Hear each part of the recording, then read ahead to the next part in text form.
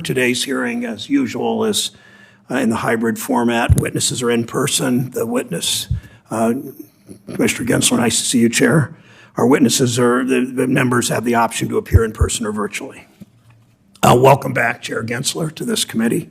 Workers and their families don't measure the economy by the stock market. Neither should we. It's why in the Senate and in the new Biden administration, we work to create an economy that delivers results for people who get their incomes from a paycheck, not an investment portfolio, raising wages in good-paying jobs and lowering costs. It means fighting the corporate price gouging that so often hurts consumers and the unfair labor practices that so often hurt workers. It means investing in American manufacturing, the workers and farmers who drive it. It means making sure our financial watchdog keeps our economy and our markets stable. At the SEC, that includes going after companies that try to cheat the market. Chair Gensler is doing that very well. It means strengthening corporate disclosures to stay ahead of risks like climate change. It means looking into the practices of private equity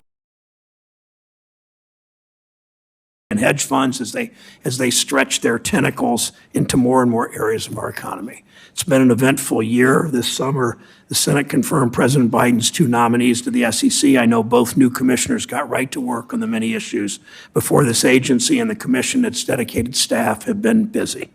Republicans on this committee have bellyached, and I assume will today, about your ambitious agenda. If Wall Street and its allies are complaining, it tells me you're doing your job. You put America's savings first. You focus on transparency and fairness, two concepts critical to making sure our markets work for everyone, not just insiders, not just corporate execs. The SEC must continue making enforcement a priority. Bad actors are always coming up with new schemes to separate people from their hard-earned money or to cheat the rules to gain a little bit more for themselves. Under your watch, SEC's increased prosecution for insider trading, which, as of course you know, under the Trump administration had fallen to the lowest level in a generation. In April, this committee considered a Reid-Menendez bill that would outlaw insider trading in statute. The House has already passed a similar bill. The Senate must. Last month, we saw the successful results of bipartisan work of our committee members to improve transparency and fight fraud. In 2020, Senator Kennedy, who's sitting to my left, more or less, and Senator Van Hollen pushed for the passage of the Holding Foreign Companies Accountable Act, a bill to stop the U.S. stock exchange trading of foreign companies with China-based auditors that refuse to comply with our oversight laws. Because that law jump-started negotiations, the Public Company Accounting Oversight Board signed an agreement with Chinese authorities that will finally allow auditors to begin inspections. In March, the President signed an executive order establishing a whole-of-government strategy for digital assets. While agencies across our government look at how we respond to the growth of crypto and best protect Americans' money, we know the SEC continues to enforce the laws, going after crypto tokens that violate security laws, shutting down crypto Ponzi schemes, charging insider trading crimes in crypto. Over the last year in the Banking, Housing, and Urban Affairs Committee, we've looked at how crypto assets are used in scams and frauds and play a role in illicit finance. We heard from Treasury Undersecretary who testified on the President's Working Group report on stablecoin. This morning, the Ag Committee downstairs, and Senator Smith and I on this committee, on the Democratic side, sit on both these committees, is considering a crypto bill sponsored by Senators Stabenow and Boozman that focuses on digital commodities. I appreciate their work to create regulation in the crypto space. It's critical, though, that we are careful and deliberate in drawing jurisdictional lines. In this kind of regulation, we have to prevent gaps and close loopholes that can be exploited or abused. It's not easy. It's why action by the Agriculture Committee and the Commodities Future Trading Commission, an agency Chair Gensler is very familiar with, why that action is welcome. But we also know it's not enough. When Congress wrote Dodd-Frank, we fixed the problems in the oversight of over-the-counter derivatives market. It's a lesson we need to remember, thinking of the damage that was done when it comes to crypto. Our regulators need to work together to make sure investors and consumers and market stability come first. SEC's work on climate risk disclosure is an important example of how to improve the market's understanding of risk and to provide transparency and comparability. Clarity and uniformity are key. If only a subset of companies provides disclosure, and they do so in whatever form they want, That doesn't serve anyone. Investors outside the U.S. already benefit from standardized climate risk disclosure. It's time the U.S. market did as well. The SEC's recent rule proposal to require more disclosure about corporate stock buybacks will also bring much-needed transparency to the market. Thank you for that. We know stock buybacks are a big problem. They distort the market. They funnel profits to executives at the expense of long-term investment in workers and in innovation. The process allowed for these buybacks has only made them more manipulative. For decades, companies have been able to announce stock buybacks to juice their stock price, but then they only provide details months later on how, when, and even whether they were even completed their plans. Under SEC's new proposal, the market and the SEC would understand when companies are buying their stock and if executives are buying or selling at the same time. Taken together with unprecedented steps in the Inflation Reduction Act to finally tax these buybacks, and I appreciate Senator Tester and others on this committee supporting that. These are the first real steps we've seen in years to rein in this Wall Street scheme. Another example of a new president of the United States who fights for workers and sides with workers. Chair Gensler, I look forward to hearing more about other ways the SEC is working to hold bad actors accountable and protect Americans who invest their hard-earned money in the markets. Senator Toomey, Ranking Member Toomey. Thank you, Mr. Chairman. Chairman Gensler, welcome back to the committee. Good to see you again. The SEC, as we all know, has a critical role to play in protecting investors, maintaining fair, orderly, and efficient markets, and facilitating capital formation. Unfortunately, some of the SEC's recent actions and inactions raise concern about how well it's carrying out this important mission. Take, for example, the SEC's handling of crypto lending platforms like Celsius and Voyager. Celsius and Voyager were offering interest rates as high as 18% if customers would lend their digital assets to them. The firms would then lend that crypto to presumably other larger investors to make short-term bets on crypto markets. But once the crypto sell-off began, many borrowers couldn't pay their debts, and these platforms froze customer accounts. The SEC did take enforcement action against BlockFi for similar activities last winter, yet somehow let Celsius and Voyager continue through this spring when both companies blew up and found themselves in bankruptcy, with investors staring at billions in losses. Where was the SEC? And where's the SEC been in clarifying the rules of the road for crypto market participants? The chairman insists in his written testimony that, and I quote, the vast majority, end quote, of crypto tokens are securities. But he's also acknowledged that Bitcoin is not. Now, presumably, that's because Bitcoin is so thoroughly decentralized. But that naturally raises the question, where on the decentralization continuum does a token cease to be a security? And most of these tokens don't even have a financial claim on the issuer. Doesn't that make these tokens very different from at least the vast majority of ordinary securities?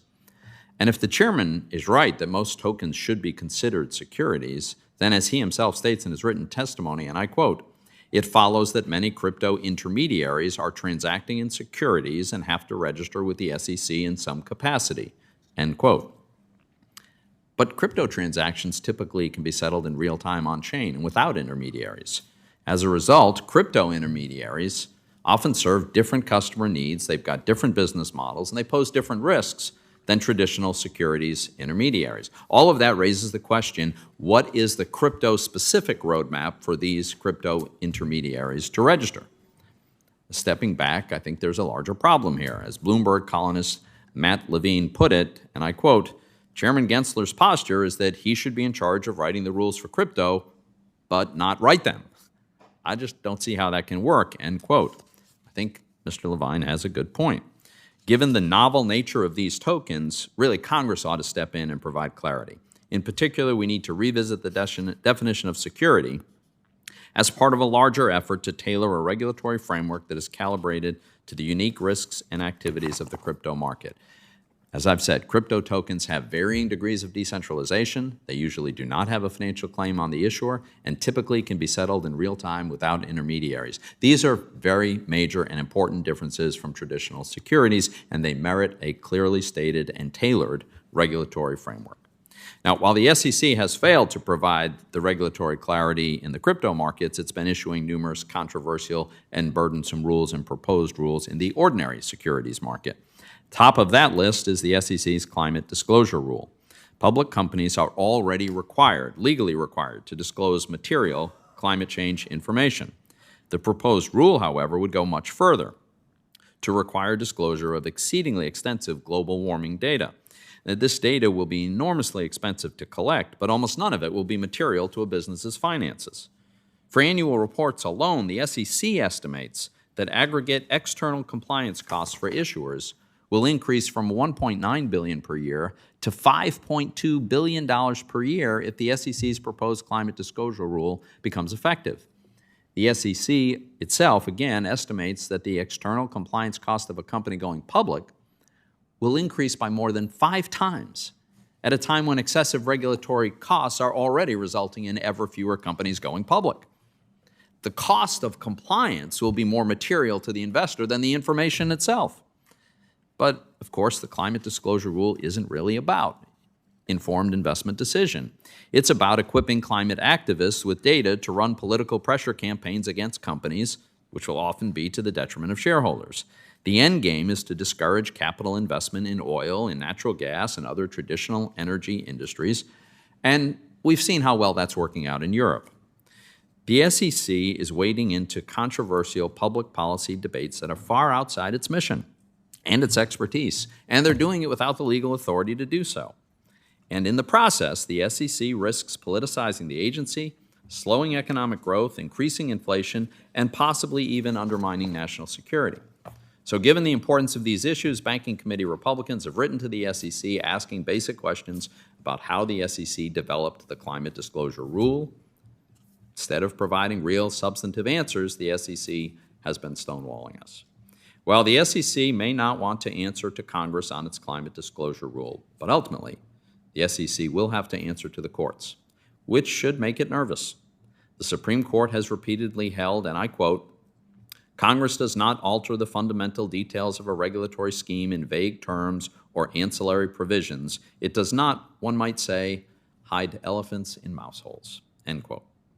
This summer, the Supreme Court applied this sensible principle in the West Virginia versus EPA case. There, it ruled that the executive branch and its agencies cannot use novel interpretations of existing law to pretend that they've got a legal authority to support sweeping policy changes, including on climate change, that Congress never intended. Well, that's precisely what the SEC appears to be trying to do with its climate disclosure rule. The SEC should consider itself to be on notice by the court that the separation of powers still exists and will be upheld. Thank you, Mr. Chairman. Thank you, Senator Toomey. Today we'll hear from Securities and Exchange Commission Chair Gary Gensler. This is his annual trip here, but he sometimes does that more often, and we thank him for that. Chair Gensler, you're particularly welcome because we have a very good, well above average turnout today, so enjoy that. But thank you for joining us, Chair Gensler. Chair Brown, Ranking Member Toomey, and members of the committee, I'm honored to appear here before you today. I want to start just by thanking you, this committee, and all of Congress for confirming our 2 new commissioners, Mark Ueda, who I know worked up here on the Hill, Jaime Lizarga, who worked on the other side of the Capitol for 32 years, terrific commissioners. It's welcome that we have a full complement. As is customary, I want to say that I'm speaking for myself. I don't speak on behalf of the fellow commissioners or the staff in this hearing. I'd like to start by just discussing 2 key years in policymaking a while back, 1933, 1934. I think it was when Chair Fletcher sat in this seat, Chair Brown, if I recall my history right. But it was in the middle of the Great Depression, and President Roosevelt and Congress addressed the crisis through a number of landmark reforms. And among them, Congress and FDR came together to craft the first 2 federal securities laws. 1933, President Roosevelt also suspended the use of the gold standard. In other words, in those 2 critical years, one could say that we replaced one gold standard with, I'd like to say, another, the securities laws. I really do believe the core principles of the securities markets have contributed to America's economic success and geopolitical standing. There was a basic bargain in there that investors get to decide on what risks they want to take, but there is a cop on the beat in securities laws where there was full, fair, and truthful disclosure. As we execute our mission to protect investors, maintain fair and orderly, efficient markets, and facilitate capital formation, we cannot take the leadership for granted, though. Even gold medalists, especially gold medalists, constantly train to stay ahead of the competition. And I do thank Senator Kennedy and Van Hollen to help us a little bit with this issue with China. We must remain vigilant to opportunities to drive greater efficiency, integrity, resiliency across our remit. First, markets work best when they are efficient. Now, what does that mean? That means that there's competition, there's transparency in the middle of the market. When we lower the cost in the middle, that means issuers have lower cost to raise money and investors get better returns. So we've done a lot, but we have not updated our national market system, our equity system, in 17 years. Imagine if you had in your pocket a phone that was 17 years old. You'd think, oh my God, maybe I should update that phone. Technology moves fast. We're also looking at the efficiency of our Treasury market and, yes, our private funds market.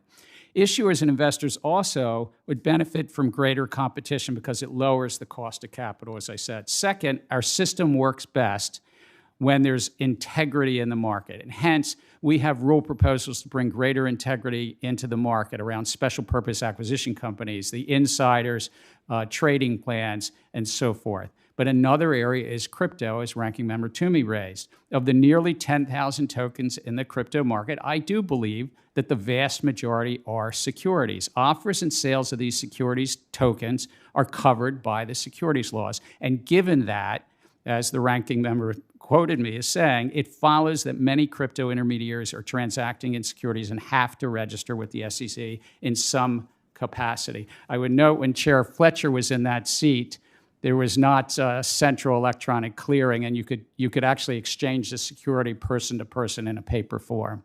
Thus, staff is working with market participants to help ensure investors get time-tested protections in the market. In that work, and any work that Congress does, I do think we have to make sure that we don't inadvertently undermine the securities laws underlying a $100 trillion capital market. We can't. That's the sort of mother lode. That's our capital markets. Crypto is 1/100th that size. Third, markets work best when they're resilient, both in normal times and stress. We've seen those stresses in 2008 and 2020. History tells us no doubt we'll have stresses again in the future. That's just the nature of economics and finance. Thus, we have a number of projects on resiliency. This includes shortening the settlement cycle. This includes the work we're doing in the Treasury markets. It includes the work we're doing around money market funds and open-end funds and cybersecurity. In all our work, we are anchored by the laws Congress pass, the court's interpretation of those laws, economic analysis, and public input. And as the Commission, we benefit greatly from public input, including from Congress and this committee members, and I stand ready to meet with any of you one-on-one, nearly any time you want. We benefit from that feedback. Our capital markets are the gold standard. Let's do everything we can to keep them that way. I thank you. I look forward to questions. Thank you, Chair Gensler. And I think that what you said, and I've heard you say this before in smaller groups, publicly, bigger groups, that we can't allow the crypto market to undermine the $100 trillion capital market. That's fundamentally our job here. Consumer protections, all that, but fundamentally that is our job in the Banking, Housing, and Urban Affairs Committee, and that is yours. You've made improving transparency and corporate disclosures a priority in addition to the climate risk disclosures, enhanced stock buyback information I mentioned earlier. The Commission is addressing cybersecurity risks, improving visibility, if you will, into concentrated ownership of stocks. Discuss briefly why it's critical that we improve these types of disclosures for investments, large and small investors, and for how markets operate. I would say there's two core things, and it goes back to our founding. One was this basic bargain that investors get to decide as long as they get the full and fair disclosure, material disclosures, but full and fair disclosures, and they get to decide, and you can't defraud them and mislead them. That lowers the cost of capital, actually, because then there's trust in the market. The second thing that transparency does is it helps promote competition in the markets. And competition, that's the nature of things. It promotes our economies as well. And that competition amongst intermediaries, amongst people trying to raise money from the public, and so I'd say those are the two things, not to mention also market integrity. Thank you. I've noticed today, I commented, and Senator Toomey has confirmed this, that we will see an unusually high turnout of Republicans for this hearing today. I think that the turnout of Republicans, many of whom against all evidence, many Republican senators, many of whom against all evidence are climate deniers, will, I would assume, ask you questions about that. But let me go with that. On climate risk disclosure, specifically discuss why your agency is proposing, what you're proposing is not, quote, making climate policy, but rather how improving disclosure helps all investors. Well, it's because that right now, hundreds of companies and investors representing not trillions, but tens of trillions of dollars of assets under management are in this conversation already. Investors get to decide. We're not a merit regulator.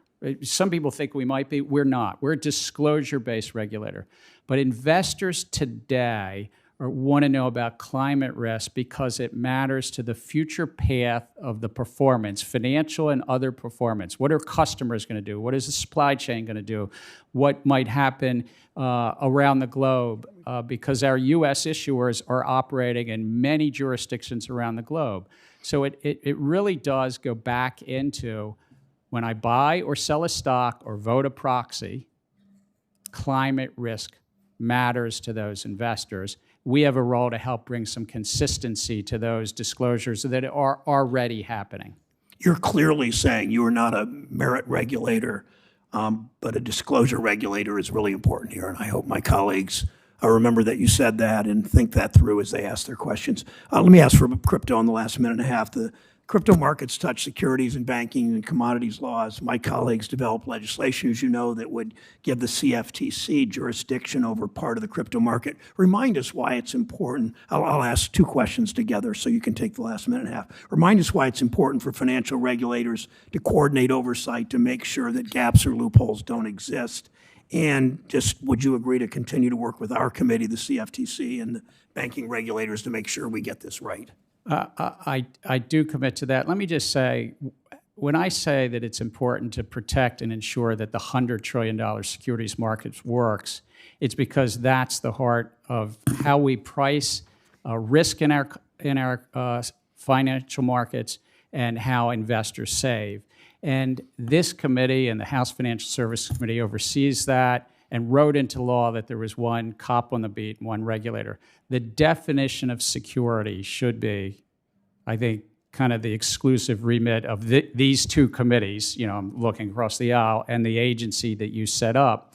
If we end up with that there's multiple federal agencies defining what a security is, and another agency tries to define it, it could undermine what we're doing as to when is a Treasury security a security, when is something else in the equity markets or elsewhere a security.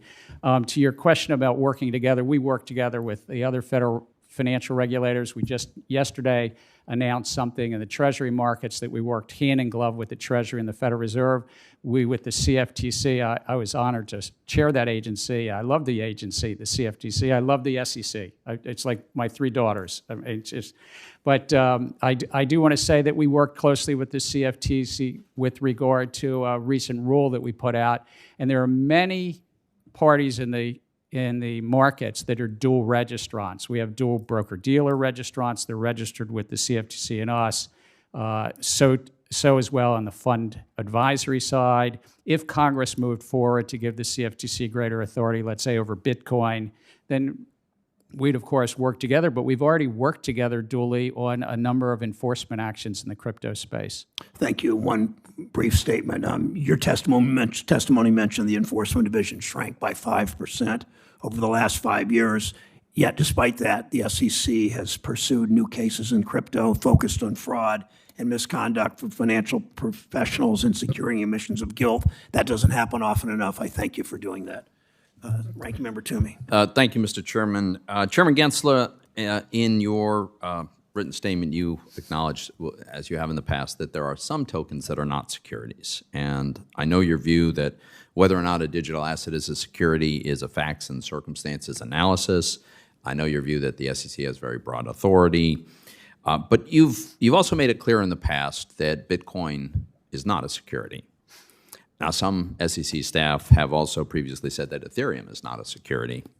The SEC's Dow report characterizes Ethereum as decentralized. So here's my question briefly, and without getting deep into the weeds on this, and I acknowledge your belief that most tokens have a large degree of central control, but generally speaking, is it fair to say that a significant factor for you in whether or not a digital asset is a security is whether it is centrally controlled or decentralized? Well, I look to the Supreme Court that's often written about this, probably close to a dozen times in 50 years, and it's whether the investing public is anticipating profits, and that includes anticipating profits from appreciation as well as from, as you mentioned, rights, based upon a common enterprise, but the efforts of that common enterprise. Right. So I guess another way to put my question, which you haven't answered, is it possible to have a common enterprise if it's something is decentralized? How could I have a common enterprise? I mean, it doesn't isn't centralization necessary to constitute a common enterprise? You could have some things that are quite open, but still have, if the public is anticipating a profit based upon that common enterprise. So I'm being careful with my words here to be accurate as best I can. The common enterprise, are you relying on a group of individuals? And look, these are not laundromat tokens. There is a group of people that are actually... You're not answering my question, though. But so let me try it this way. What is it about Bitcoin that causes you to conclude it is not a security? Well, one is there's no group of individuals in the middle. Right, it's there's decentralized. No group of individuals in the middle. Right. That are basically, and you're not, in essence, the investing public's not betting on somebody in the middle or six people in the middle. So you're choosing not to use the term decentralized, but that's what you're describing. It is the decentralized nature of Bitcoin, I think, is really what you're getting at. Here's my point, and I'm going to run out of time here. But there are a lot of projects, as you know, decentralization and centralization occurs on a continuum, really, I think. And you've acknowledged that there are tokens, plural, that are not securities. I think it's because of this centralization that you come to this conclusion. And my point is, it is not reasonable to fail to provide clarity, to provide the definition of exactly where on this continuum you have a sufficient common enterprise that it qualifies as a security and where you don't. You've said Bitcoin doesn't. Some of your colleagues have said Ethereum doesn't. But a reasonable developer who wants to comply with this doesn't know where that line is drawn. So I think where we might have a difference is there are many factors, and so it's not one spectrum of centralization versus decentralization. What the Supreme Court, and I try to stick to, they're the Supreme Court, and there'll be debates about other laws. I try to stick to what they say, a common enterprise. I think about a group of individuals in the middle. That developer is in the middle, and the investing public's betting on them, counting on them, even if the token might be on 1,000 computers. That's not what the Supreme Court's looking at. It's not about the token being on 1,000 computers. It's just like a group of developers in the middle. But if there is nobody controlling it in the middle, that's what we call decentralized, and that does happen. As you know, of course, the Howey test requires all four of the tests to be met in order for something to be defined as a security. Let me move on to another related issue, which is, as I said in my opening statement, I don't think that the SEC has provided a crypto-specific roadmap to the registration of crypto intermediaries. One example of the problem that arises is the SEC's customer protection rule was written in 1972 and doesn't address how a broker-dealer should hold a customer's blockchain private keys, for instance. Now, I know the SEC claims to have provided relief, but the relief has very onerous contingencies. It's time-limited, and my understanding is few, if any, broker-dealers have been able to comply. So I know you've said many times you want to have the industry, the intermediaries, come in and have a conversation with the SEC about this. But wouldn't it be better if the SEC came out and laid out how you would apply the rules and regulations to these novel devices? So we're in conversations with a number of these intermediaries across the exchange, the lending, the broker-dealer, the custody space. As I've said a year ago, in the lending space, people should make no mistake. And I think it sounds like, Senator, you and I might even agree that the lending platforms are under the securities laws. Right. But in the exchange space and the broker-dealer space, I accept that people have not come in and used what was put in place under Chair Clayton, that broker-dealer custody rule that you mentioned. And so I've said to staff, let's use everything in our regulatory toolkit, whether it's exemptive orders and others, to help facilitate and get this industry. People will not have trust in this space unless it comes into investor protection. So I'm out of time, Mr. Chairman. So I would just say my concern is that the approach you're taking with these one-off discussions, if it did even result in an opportunity to comply, it'd be this idiosyncratic exemptive order negotiated with a single company. And that's not a good way to pass rules. It ought to be through the APA and a very public process. If the chair would forgive me, I think we've been very clear through 70 or 80 actions, starting with that Dow order, the Munchie order, and many others, and they were full votes of the commission, they're not just staff. Secondly, I just look at other times in the history, the SEC and the asset-backed securities market took 10 or 11 years where they did these, as you would say, exemptive orders or relief to individual issuers, and did a rule at the end of that 10 or 11 years based upon all that experience. So we actually believe it's worthwhile to talk to the industry, talk to the market participants, and get them registered. Thank you, Mr. Chair. Senator Tester of Montana is recognized. Yeah, thank you, Mr. Chairman. I want to thank you, Chairman Gensler, for being here, as always. Recently, I led a group of my colleagues writing to you about your process for a significant number of proposals that the SEC has been working on over the last year. I would think that you would agree that it is important that there is sufficient opportunity for stakeholder input and feedback. One of those proposals that I've been hearing about is the enhancement and the standardization of climate-related disclosures for investors. You probably know that I'm a farmer. This is my wife and I's 45th harvest, as a matter of fact. And as a working farmer, I can tell you that I can understand the importance of considering the impacts of climate change. This year was our second worst harvest due to drought. Last year, due to extreme weather conditions, was our worst harvest. So climate change is real, and it appears like it ain't going away. So we've got some issues to deal with. I also know, though, that access to capital and markets to sell our product and to produce our product is really important. And I can tell you I understand the burden of reporting information. I get surveys nearly every day about what I'm doing as a farmer. This week, there were a number of farm groups that were in that I visited with virtually and in person, a number of banks, and they were concerned about this rule. So from an egg production agriculture standpoint, as you also know, I don't have a lot of options as a farmer. I tell folks when I wake up in the morning and throw a couple hundred gallons of diesel fuel in the tractor, it's not like I've got an electric tractor in the garage that I can use. So I'm pretty well locked into fuel, diesel fuel, carbon-based fuel at this moment in time. So under this rule, what responsibility would folks in production agriculture, specifically Montana farmers, have for disclosing their emissions? Thank you for that question. Presuming that those farmers are not public company, they don't come under the rule. But we have heard from various farm bureaus, and of course the American Farm Bureau Federation, Zippy Duval and I have talked about this, and maybe other members probably know Zippy. And public companies would have an obligation under the proposal with regard to greenhouse gas emissions, their own emissions, and then we say in the rule that they estimate their supply chain emissions if it's material. So it's got a materiality catch, but it's just that they estimate, and we've heard some folks in the farm and community, thank you, the farm community, that they're concerned. And so we're taking a very close look at that amongst our 14,000 other comments on this. So let me give you a scenario. Markets are really important. I like to direct market as much as I can, but not much is direct marketed off of my farm, okay?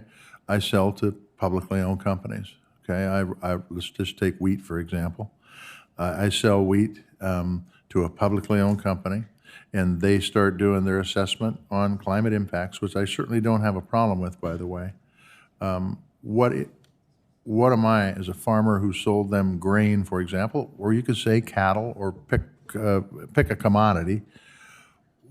If the company says to me, look, if you're going to do business with me, I got to have all this information, what are my recourses?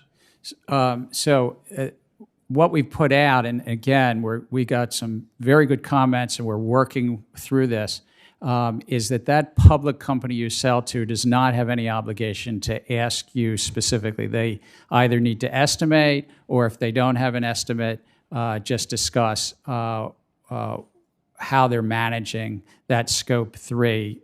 But I would say this is what the public comment process is about. We've heard from 14,000 other people, but particularly in the farm community, and how we sort of address this to lower the cost, because the intent, Senator, is not that whether it's the farm community or other community, if they're not public companies, they're not under this rule. I've got it, but my concern, as I indicated with my previous statement, is we sell to public companies. I mean, the vast majority of the product that's sold is to a public company. And if the public, and I just bring this to your attention, and I don't want to repeat myself, but if the public company says, hey, we need you, John Tester, T-Bone Farms, to tell us how much fuel you used, how much fertilizer you used, what your inputs were, and all that, it becomes an issue. It becomes an issue, especially for the little guy who's out there running a tractor or fixing that tractor and doesn't have a lot of time to sit in the house behind a computer. And I'll say two things. One is that's not the intent of what we did, particularly of how we did it with the safe harbor and only estimates. But two, that's the benefit of public comment. That's why this helps us. And of course, we'll put this hearing in the public record, in our public record as well. Thank you, Chairman. Thank you, Chairman. Thanks, Senator Tester. Senator Tillis from North Carolina is recognized. Thank you, Mr. Chairman. I want to try and fulfill your expectation that some Republicans are going to bellyache during this hearing. Thrilled you listened to my opening statement. I did, and I also listened to Senator Toomey's. I've been watching this in my office, and want to get back to something that Senator Toomey mentioned. We've sent a oversight request several months ago. I think a follow-up on July the 21st, and looking for a written response to our oversight request. So, Chairman Gensler, I know your office in the initial response provided a one-page response that suggested that we meet with staff. I'm kind of curious when we could expect a specific written response to the oversight request that Republicans have sent you. Sir, we do stand ready as staff to meet with your staff to walk through the process that we have on any rule. We put out to the public in that release was in hundreds of pages, our economic analysis and the rationale and reasons for that. About 500 pages long. That is correct. That is correct. And we stand ready again to meet and walk through that process with you. Then I guess maybe we can just get a commitment. There may be other members who are interested, but absent a written response, getting a commitment from you to meet so that we can go through and get the answers to the specific questions we had in the oversight request? We stand ready to have staff meet to go through and generally talk about the process. I mean, I want to be careful because it's really about to talk about and try to address the questions that you have and the concerns.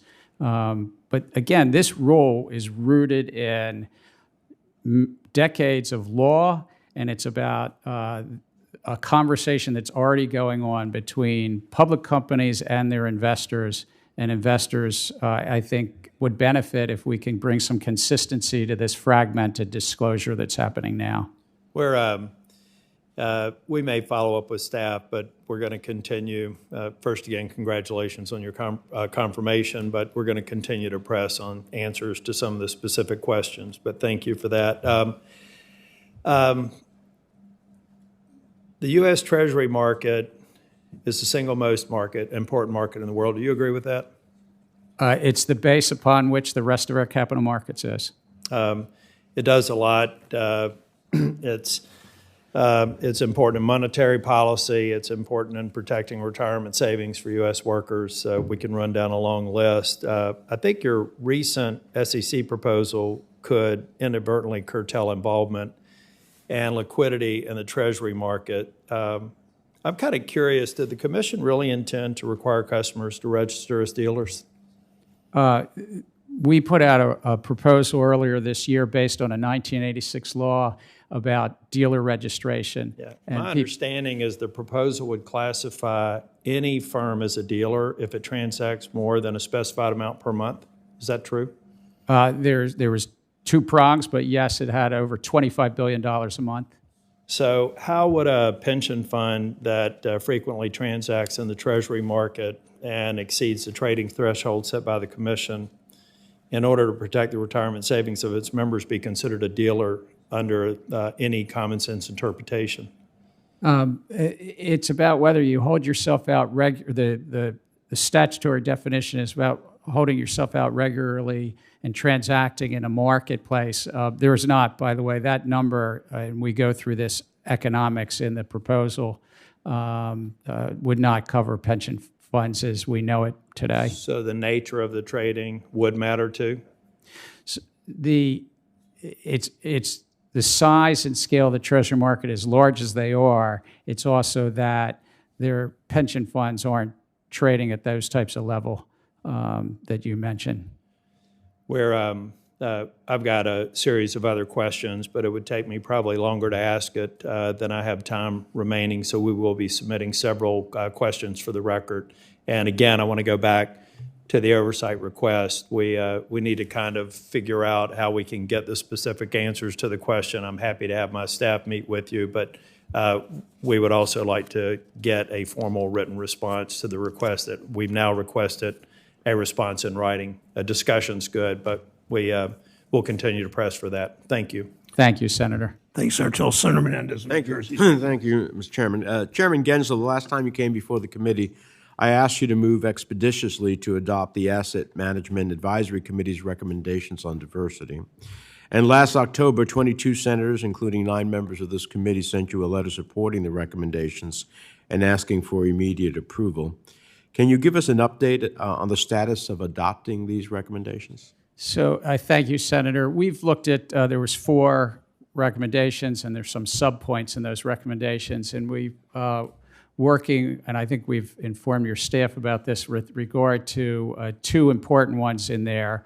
One is a recommendation around guidance, staff guidance on how asset managers are selected and whether their years of service or their assets under management could be need to be taken into consideration or not. And another one is with regard to EEO complaints and how those complaints are shared with other agencies and like. And I think we've made some good progress on those 2. I feel that the staff will probably shortly be putting out that guidance, and we continue to look at the other 2 matters. Well, look, I appreciate that you're giving some of these recommendations serious attention. But at the same time, I must say I'm disappointed. In so many other areas, the SEC under your leadership has taken bold steps to protect consumers, to strengthen oversight of markets, such as your proposed climate risk disclosure rule. However, when presented with AMAC's non-controversial, unanimous recommendations that would promote diversity in the asset management field, you haven't been as aggressive. So can you commit to make concrete progress on these recommendations by the end of the year? So, Senator, I take very seriously how important diversity, inclusion, equity is important broadly in our society, but to the SEC as an agency. Our senior leadership is probably the most diverse and inclusive that we've ever been as an agency. We continue to lean in to try to make sure that our agency, everybody can bring their best self to work and work, and that we get the benefit of the talent across this great nation. And in terms of policy, it's held up in court right now. But last year, a self-regulatory organization, NASDAQ, put in place a listing requirement with regard to their boards of directors and diversity, and that was their decision, not ours. It predated me, but we approved that. And on these 4 committee recommendations, as I said, I think we've made some pretty good progress on 2 of them. I think that guidance will be out in the near term, and we continue to work on the others. Well, I'd like to highlight one of AMAC's recommendations that I think would be particularly impactful. The AMAC recommended that the SEC require enhanced disclosure by investment companies and investment advisors regarding diversity within their workforce and leadership. You and I have spoken about the importance of leadership diversity at your confirmation hearing. I just heard your comments now. I think that disclosures about diversity are incredibly important, which is why I introduced the Improving Corporate Governance Through Diversity Act. Do you agree that enhancing diversity disclosures for advisory firms, investment company boards, and consultants would empower investors and fund managers to make more informed decisions? Again, as I said, I think that we benefit in our organization at the SEC and in our great nation by tapping into the talents across this our diverse nation, and we're continue to look at this recommendation of AMAC with regard to disclosures. Well, one of the key findings of the AMAC study is that, and for my colleagues, AMAC is an advisory board that is created, under the I believe it's the SEC. So one of their findings is that, quote, investment performance by diverse asset managers is equal to or greater than the investment performance of firms that lack diversity in ownership and senior leadership, despite differences in size and length of track record. And that's why they recommended that the SEC issue guidance clarifying that fulfillment of fiduciary duty does not require automatic exclusion of asset managers who are new to the industry or do not meet a certain threshold of assets under management. In your view, is it necessary for fiduciaries to automatically exclude newer or smaller asset managers in order to fulfill their duty? Senator, on the guidance, I share that view, I think, that you just said, and I think that's the guidance that the staff is working on to put out. And you're right, the AMAC is a federal advisory committee. It's under the FACA committee laws. Let me close by saying, fundamentally, using the excuse of fiduciary duty to exclude women and minority-led firms runs contrary to the actual data. AMAC's study, along with a host of other studies by McKinsey, for example, and others, have repeatedly shown that diversely led firms outperform their non-diverse counterparts. And so, given this data, I think that we can agree that new or smaller asset managers being automatically excluded under the guise of fiduciary duty is actually not helping investors, it's harming them. And so that's why I've been pressing on these issues. We'll continue to work with you. We hope to have a robust response by the Commission. Thank you, Mr. Chairman. Thanks, Senator. Senator Kennedy from Louisiana is recognized. Thank you, Mr. Chairman. Thank you, Mr. Chairman, for being here today. I want to also thank you for you and your colleagues' good work on implementing the Holding Foreign Companies Accountable Act. Can you give us a quick overview about where we are? China, I understand, has come to the negotiating table, and you've negotiated a statement of protocol.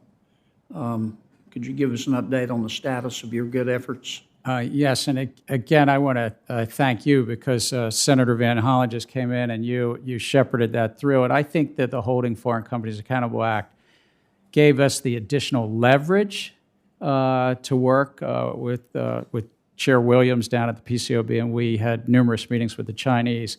We said to the Chinese last August, a year plus ago, that we wouldn't be willing to send the inspectors over to China to look at the audit work papers and the like, unless we could get a very detailed, prescriptive statement of protocol to effectuate the will of Congress.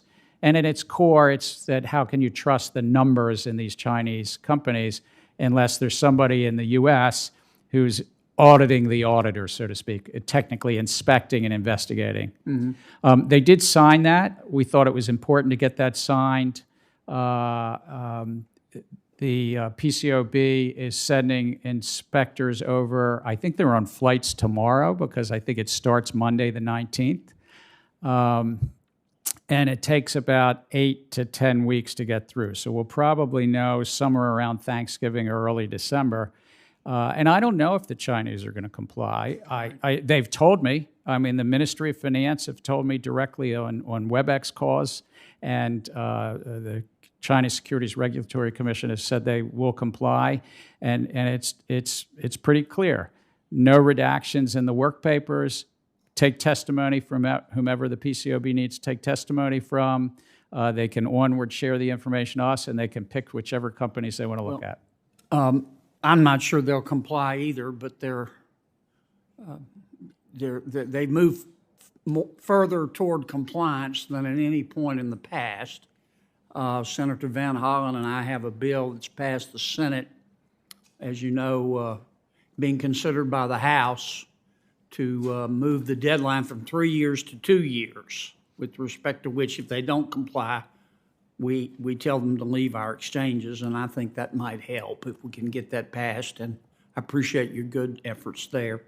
In my last 2 minutes, I wanted to shift gears on the climate risk disclosure, and I don't mean to be critical. I'm trying to understand, because I thought Senator Tester raised some very good questions. What's your best guess of the cost of compliance with your climate risk disclosure rules? So, one, I do support your accelerating Holding Foreign Companies Accountable Act to 2 years versus 3, because I think it will continue to have the right leverage, even if the Chinese authorities, the Chinese regulators allow for compliance this year. What about next year? What about next year? So I do support that. Thank you. In terms of the climate role, we lay out in this proposal all the economic analysis, and I don't mean to speak for the numbers in that, but by company. What's your best guess, if you could? I'm sorry to interrupt you, Gary, but I've only got a minute left. What's your best guess of the cost of it to comply? So per company, we lay that out, and depending on the size, and I just don't want to misspeak, it's from a couple $100,000 to, I apologize, $1 million. And the total cost, I think Senator Toomey accurately quoted it. You weren't maybe in the room. It's measured in the single-digit billions across the entire economy. Okay. But what we benefit from is also people are coming in and giving us critical analysis of whether we're accurate. I'm sorry to interrupt, but I'm going to run out of time. Here's my question. It'll cost billions of dollars to comply. Those are scarce resources to the extent that people like Senator Tester have to spend the money to comply. They can't spend the money on something else. Presumably, the purpose of the rule is to focus investors' attention on the risk of climate change so that they will demand that companies do a better job. The purpose of which is to lower the world's temperatures. Am I okay? Am I doing no, actually, but that's not the purpose. The purpose, I mean, I can speak for the 5-member commission, but also for myself. we're not a merit regulator. So the purpose actually is not to do what you said. I It's got just, you, but it's I just think- for investors I to get think- the I think- information. I think the people supporting the rule, that's their intention. That's not why I support it. Okay, fair enough, but I think that's what most people expect. You put pressure on the companies to disclose, shareholders put pressure, people do better job. But I'd like to see, while you're asking Senator Tester and the other people to estimate, I would like to see some sort of estimate of how much all this money spent on compliance is going to lower world temperatures. I mean, we're spending, I believe in clean air and bright water. I want to be able to eat and live indoors. But what bothers me is, while we're spending these trillions of dollars of scarce resources, India and China gets 60% of its energy from coal. China has 3,500 coal fueled power plants. We've got less than 100.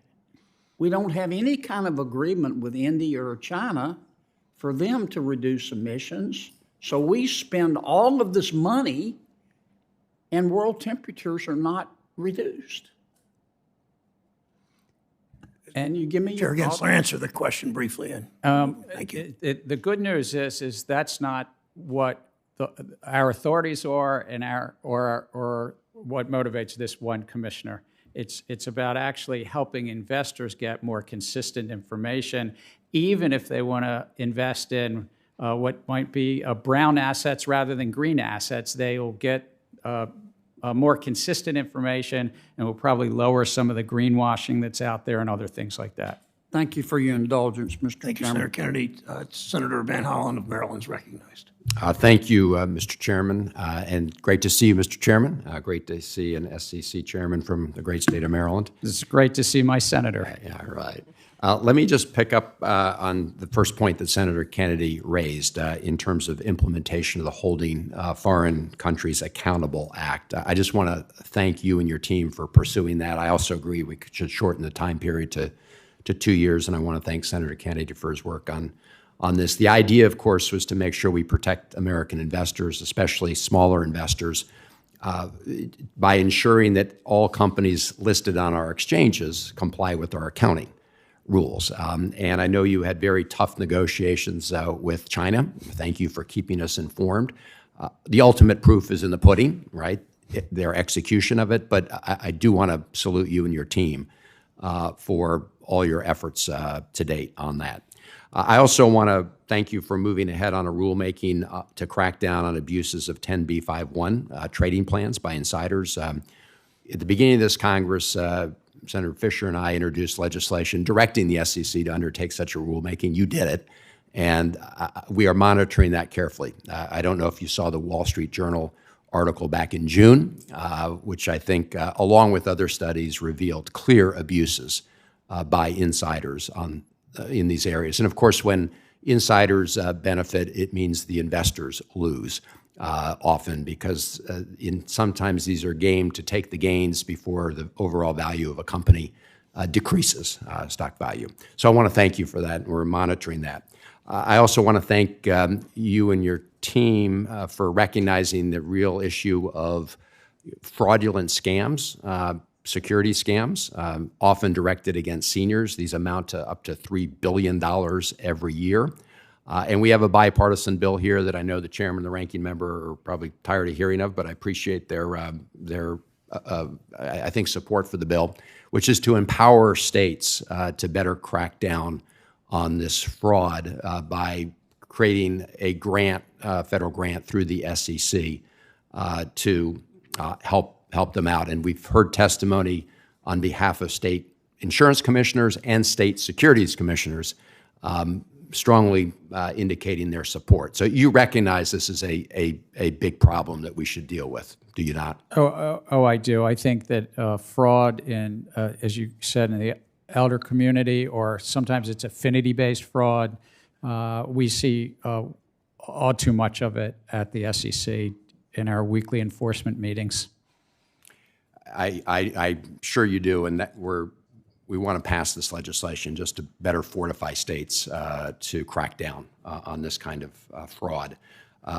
We're working with you on the ticker legislation as well, Senator Scott from Florida and I want to ask you about something you and I have spoken about before, which is country-by-country reporting disclosures by big multinational corporations. We're seeing jurisdictions around the world, including the EU and now Australia, move toward increased disclosure requirements for large multinational corporations to disclose the countries in which they book profits and pay taxes as a way to mitigate tax risk to investors. We have a changing international tax environment, and clearly companies that have put a lot of eggs in putting their profits in sketchy tax havens, their investors are at risk. And that's why we believe, as part of providing investors with necessary information, we should provide country-by-country disclosures. I was pleased to see the SEC take steps to protect investors' interest in May by allowing them to put forward a proposal at Amazon's shareholder meeting that would ask the company to disclose its country-by-country reporting. So my question, Mr. Chairman, is in this rapidly changing international cooperation tax landscape, can you look at this question about whether new investor disclosures are needed in this area? So, Senator, I thank you, and we are looking at it, and as I discussed with you when we got together on the phone, the Financial Accounting Standards Board, and we sometimes, let them know, and I want to say publicly here, I support the Financial Accounting Standards Board's project around breaking out and disaggregating tax reporting for public companies. I believe that, I don't want to speak for them, but in the next handful of months, they're going to go forward, and it breaks out, I don't think every country, but I think the top, couple of handfuls of countries, and then they'll, sort of promulgate that, get public feedback, and back and forth. But I think that it would be a productive approach to have such disaggregation that FASB is considering right now and has an active project on. Thank you, Mr. Chairman. I may have some questions to submit for the record, but I appreciate it. Thank you.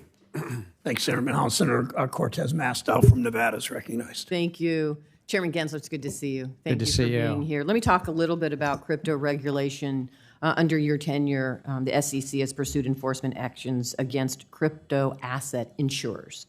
However, few cases have been brought against the exchanges, and crypto assets are, as we know, traded primarily through the exchanges.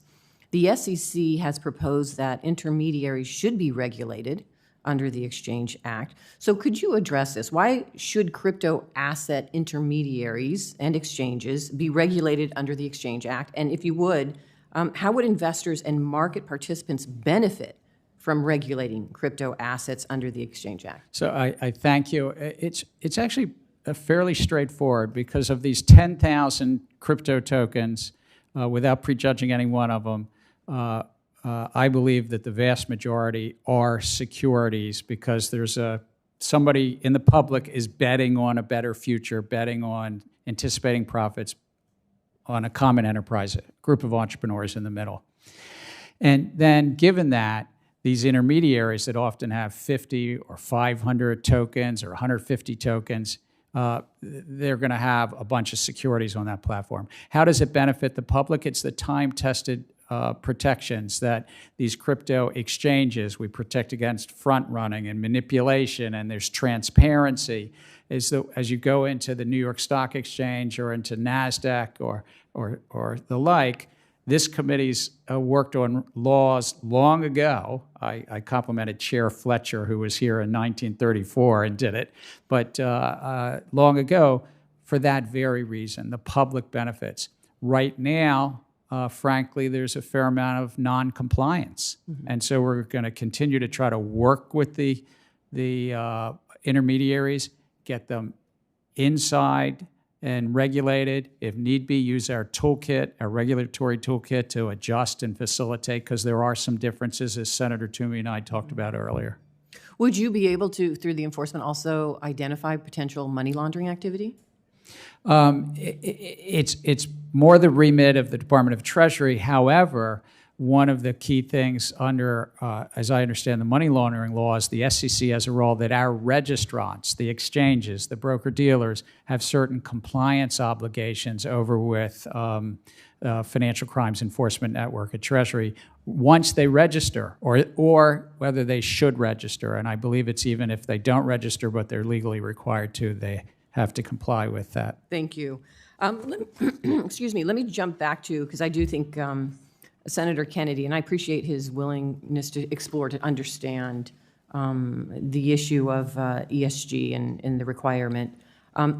My understanding, and thank you for your position and how you perceive that regulation, but because now we have a whole new generation of investors that are really conscious about green and going green, there are new investors now that are looking for ways to invest to be consistent with their values in this role, correct? There are also investors that are just thinking because of climate risk, it could affect the financial performance of a company, it could affect their supply chain, it could affect their competition, it could affect future regulation. So they're thinking about how to value today that future transition risk. Thank you. And then there was also conversation, and I appreciate this as well, about the issue of greenwashing. And I know some major global asset managers and climate advocates have stated that the ESG integration label could pose greenwashing risk. Can you talk a little bit about that and address that? So there are asset managers managing trillions of dollars that are saying to the public, we will invest your money, your money in something that's carbon neutral or green and the like. And so to me, it's about truth in advertising. And so we put out some proposals earlier this year to address what stands behind a name, literally the name of a fund, and are you living up to the obligations that you made or commitments you made to your investors when you asked for their money. And I think that's really important about the integrity, and it would address some of this, what's sometimes called greenwashing. All right. Thank you. Thank you, Mr. Chair. Thanks, Senator Cortez Masto. Senator Rounds from South Dakota is recognized. Thank you, Mr. Chairman. Well, I was going to start out today visiting a little bit about farmers and ranchers, but I understand that Senator Tester beat me to it. And I think the fact that we really do have a concern about the ambiguities that some of our farmers and ranchers have right now with what they're going to be expected to try to share with providers of products to them with regard to downstream environmental impacts really is of concern. And the ambiguity at which it's been left with what can be guesstimates and so forth is something that I really think you need to take a second look at. Senator, I concur with you as we talked in the ante room earlier. We thought the proposal had the right balance because we said it's only an estimate. It's only public companies. It's only if it's material or they made a commitment to it and they have a big safe harbor. But we heard a lot from the farm bureaus, and so we're that's what we do. We take a look of all the public comments and see how we can ensure that it doesn't touch those private actors. And that's precisely what I really wanted to talk about it's one thing with the rules. It's another thing when there is an expectation that once the rules have been established, if they're really ambiguous, then that means that each time they have to come back to a regulator to ask whether or not what they're doing is accurate or not. And I think that causes some serious concerns for people that want to invest. So I just simply say, look, I mean, if you're making rules on these, and clearly you are making rules, a lot of them, let's be as precise as we can in them, and I think that'll eliminate a lot of the questions that are coming up, sir. Let me go into just a couple of items very quickly here. At a speech that you delivered last week, you quoted Joseph Kennedy saying, "No honest business should fear the SEC." You went on to say that given the nature of crypto investments, I recognize that it may be appropriate to be flexible in applying existing disclosure requirements. Matt Levine openly questioned that sentiment on a column for Bloomberg, stating the SEC has been suing crypto projects for illegally issuing securities for about 5 years now. But put in that time, it has not issued any rules or proposed any rules or put anything on its rulemaking agenda about adapting the securities and disclosure rules for crypto projects. I echo Mr. Levine's comments. It seems to me that you want to regulate an entire marketplace, but clearly it doesn't appear that you've got rules in place to do so at this time. In my mind, this is simply unacceptable. And I know that your background in the private sector you've got a great history in the private sector, so this is kind of confusing to us. I've heard from a variety of companies who claim they try to work with you and with your organization, but then you turn around and then you've hit them with some pretty heavy enforcement actions or slow walk the process. Mr. Chairman, you keep telling crypto entrepreneurs and the companies to come in and to register. Has anyone actually tried to do that? To answer your question, there's 6 companies that are actually registered under the disclosure regimes. I would say this, not liking the answer from the SEC doesn't mean there isn't guidance, just with all fairness. And most of these tokens, a vast majority, are securities, and thus the intermediaries are likely to be in non-compliance with securities laws right now. So we're really trying to work with them. We're talking to a wide swath of these organizations right now to get them properly registered, to get them inside the remit. And this is what we do. With all respect to Mr. Levine, we've been pretty clear. My predecessor, Chair Clayton, was through commission actions and in his public voice in front of this committee and others about this matter. And we're going to continue to protect the public as best we can. Thank you. As of August 2022, the SEC had proposed 32 new rules in just 11 months and is preparing at least another 19 for release in the next year. These are complex rulemakings that will greatly impact markets and capital formation. In addition to that, these rules are being implemented in an overlapping timeline and affect the same or interconnected financial products and market sectors. However, despite the linkages between the various proposals, the SEC has assessed the economic impact of each rule independently and in isolation from the others. Implementing these proposals simultaneously without consideration of the cumulative and cross-sector effects will most certainly lead to unintended consequences. Mr. Chairman, why has the SEC not considered the cumulative and the cross-sector effects when simultaneously implementing these proposals that most certainly could lead to negative and unintended consequences for our capital markets and broader economy? Senator, we actually do consider cross, even within any one of the 30. It's actually, as of yesterday, 34 to bring you up to date. Moving along. Moving along. I would note that Chair Clayton, during his 4 years, did a little over 60 final rules. We have about 50 on our docket. So and Chair Shapiro and Chair White were about the same 40 to 60 range during their 4 years. We might have been a little sooner getting them out to proposals. But we do consider those cross issues. I mean, and sometimes we even reopen proposals for that reason, like we did with stock lending and stock buyback. And we reopened because there was this cross consideration. We've done it in some other areas. We're even looking now whether we should do that in some areas and reopen some for that cross consideration. But lastly, I would say we get comment letters after the comment period as well. And we this is over the years, and we do it now. Staff reads them, they put them in. It tends to take us months, sometimes a year to 18 months to finalize a rule after it's proposed. Thank you. I wish we could continue the conversation, but my time has I think you still have my cell phone number, so you can call me anytime, sir. Thank you, Thanks, Mr. Senator Chairman. Rounds. Senator Smith of Minnesota is recognized. Thank you, Chair Brown and Ranking Member.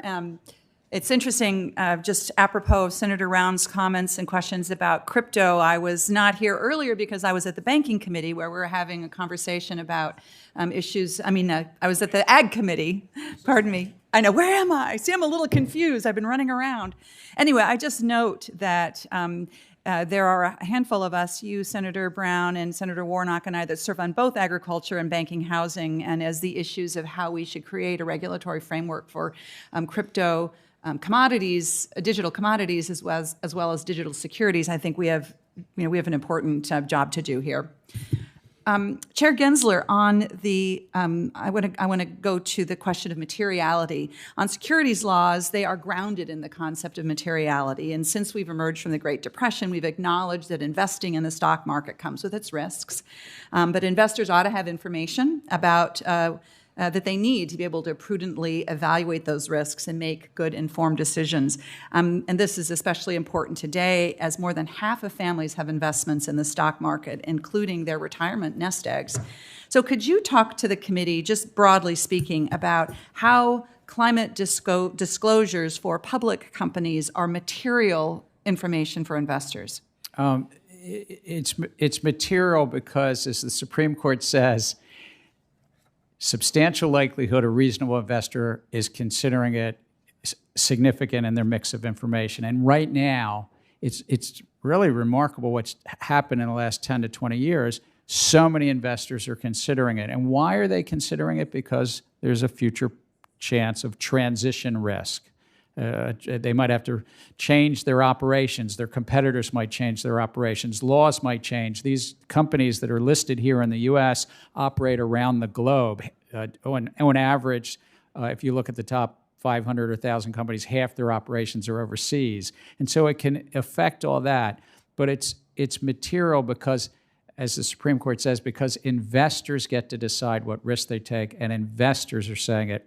In our comment file, if you look at the top 300 or 400 of the investors, the big asset managers, it adds up to $50 trillion of assets under management that have come in, mostly supportive of this. I mean, I know that there's a lot of good discussion about what do we do about the farmers and not getting caught up in Scope 3, and which is a good conversation we've had. But mostly the investor community has come in these 14,000 comments supportive. And it's good for those investors to be able to understand what those risks are in a more comprehensive and clear way. Absolutely, and investors get to decide. If somebody says, I think those risks are significant, but a company's managing it well, I should invest in it. They might say that, I think that the market is overpricing a stock, and they might say, I want to sell that stock because I don't think this, I think that assets that are emitting a lot of emissions are still going to be really profitable. That's up to investors. On another topic I want to touch base on, I was pleased to see the SEC take action to increase transparency and accountability in the private fund market. Private funds, including private equity and hedge funds, have an outsized presence in our economy, $18 trillion in assets. And a substantial portion of that, again, includes retirement savings held in pension plans for teachers and municipal employees and others. And in recent years, individual ownership of private funds has also been on the rise. So, Chair Gensler, can you talk about the recently proposed amendments to Form PF and the private fund advisor rules, and how they would, how they interact with eliminating conflicts of interest issues, protect investors, and protect the integrity of the private fund market? So we've done two sets of rules with regard to private funds. One, to promote greater efficiency. What that means is lowering the cost of this. It's actually grown since that number, about $21 trillion. And they probably take revenues of about $300 billion plus. And that means those teachers, firefighters, those pensioners are getting a little lower potentially return. So it helps them. So we're trying to promote greater efficiency, transparency of fees, performance, and side letters. You mentioned a form called Form PF, Form Private Fund. That is something that was put in place after the 2008 crisis. Congress thought the SEC and our sibling agency, the CFTC, should get more information about these funds with regard to mitigating and monitoring for systemic risk, the big crisis of '08. And we're updating those forms. Thank you. Thank you very much, Mr. Chair. Thank you, Senator Smith. Senator Lummis from Wyoming is recognized. Thank you, Mr. Chairman. Appreciate your holding this hearing on the important work of the SEC. And Chairman Gensler, it's great to see you again. And so I want to dive into a component of the Lummis-Gillibrand bill, which you've had a chance to see, that deals with Section 301 of that bill. I agree with statements you and your predecessor, Jay Clayton, have made that initial coin offerings where digital assets are sold to investors expecting to profit from the seller's efforts should be considered investment contracts. Senator Gillibrand and I share your concerns about information gaps that can arise when digital assets are later used and traded by others, and the need to ensure users can make informed decisions in the market.